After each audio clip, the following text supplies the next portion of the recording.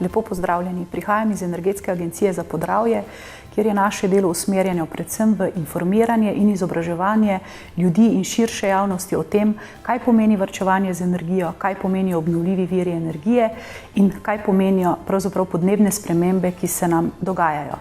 Predvsem podnebne spremembe so odvisne od količine ogljikovega dioksida v zraku, ki nastane zaradi izgorevanja fosilnih goriv.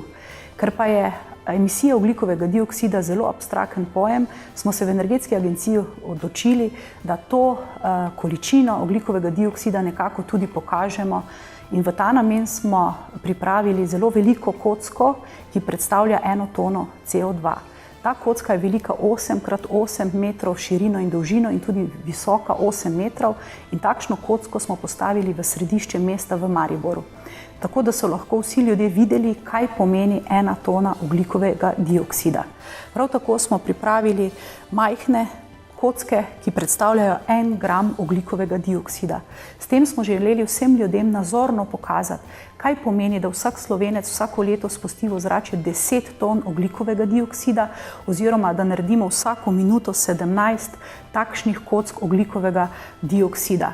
In seveda zavedati se moramo, da ta ogljikov dioksid ostane tukaj pri nas, v našem ozračju, in nam zamenjuje naš kisik, ki ga nujno potrebujemo za življenje.